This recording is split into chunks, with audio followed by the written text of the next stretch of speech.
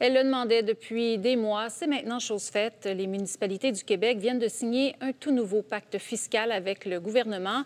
Un demi-milliard de dollars pour faire face au changement climatique. Ce n'est pas un luxe lorsqu'on se rappelle les tornades, les pluies diluviennes et les inondations qu'on a connues dans la région cet été. Après plusieurs mois de revendications, Québec et les municipalités s'entendent et concluent le pacte fiscal. Itinérance, logement et changement climatique font partie des enjeux ciblés. De 2024 à 2028, le gouvernement provincial versera notamment 500 millions de dollars pour aider les municipalités à s'adapter au changement climatique. Victoriaville, on est assez proactif, mais il y a des municipalités qui n'ont pas encore de plan pour vraiment adresser les bonnes solutions aux bons enjeux. Donc, on a besoin de ces sommes-là pour pouvoir se préparer, pour pouvoir contribuer efficacement à cet effort de guerre-là. La Fédération québécoise des municipalités, qui a participé à la négociation, se dit satisfaite de ce pacte fiscal. On comprend que conjoncture économique, les éléments, on n'est pas allé chercher des sommes.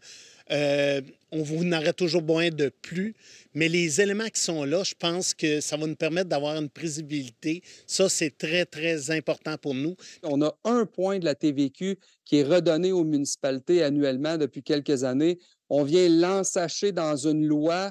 Donc, ça donne beaucoup de prévisibilité pour les municipalités au cours des prochaines années. Et ce point de TVQ-là est en croissance de façon constante. Donc, ça vient sécuriser des revenus.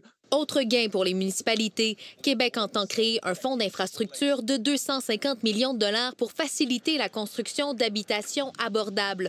D'autres sommes pourraient être confirmées en matière d'habitation et d'itinérance lors de la prochaine mise à jour économique. J'espère que dans cette partie-là, il va y avoir des sommes qui vont être réservées pour des municipalités qui n'ont pas d'infrastructure.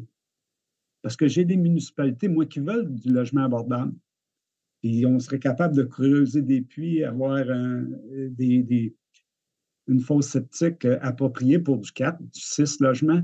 La date encerclée au calendrier, le 7 novembre prochain, c'est à ce moment que le ministre des Finances, Éric Girard, fera la mise à jour économique du Québec et où on confirmera les montants de ce pacte fiscal. Amélie Paquette, TVA Nouvelles, Magog.